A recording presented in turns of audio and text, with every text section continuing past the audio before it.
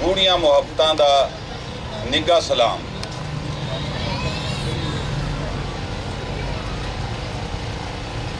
मैं पंजाब दे सब तो आखिरी जिले तो उस जिले तो कि जिथे साडे खिलाफ साजिशां दे ताने बहाने बुड़े जाते ने,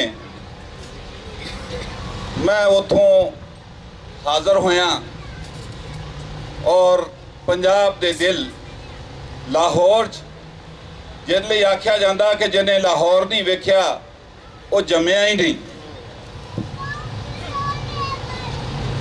पर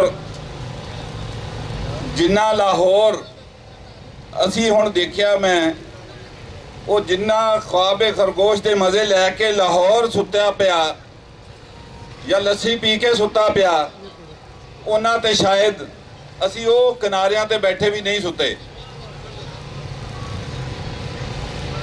जनाबे आली, पंजाब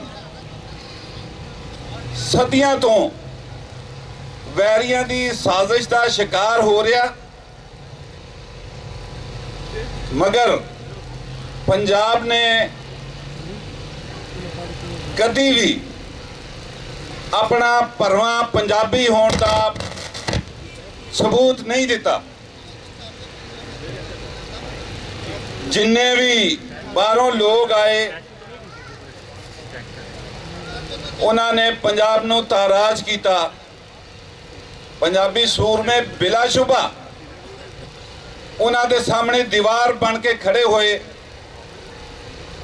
बिलाशुबा पंजाबी सूरमिया ने सब तो वड्डे फातह आलम जिसनूं आखेंदे ने सिकंदर मुकदूनी, उन्होंने शिकस्त दी और वापस किया।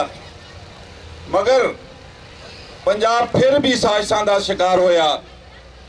पंजाब दे टुकड़े बखरे किए गए, पंजाब नूं मजहबी रंग च लड़ा के वक्खो वक्ख कर दिता गया। असी आपो च सानू लड़ा के लहू लुहान कर दिता गया। साने साडे दो टुकड़े किए,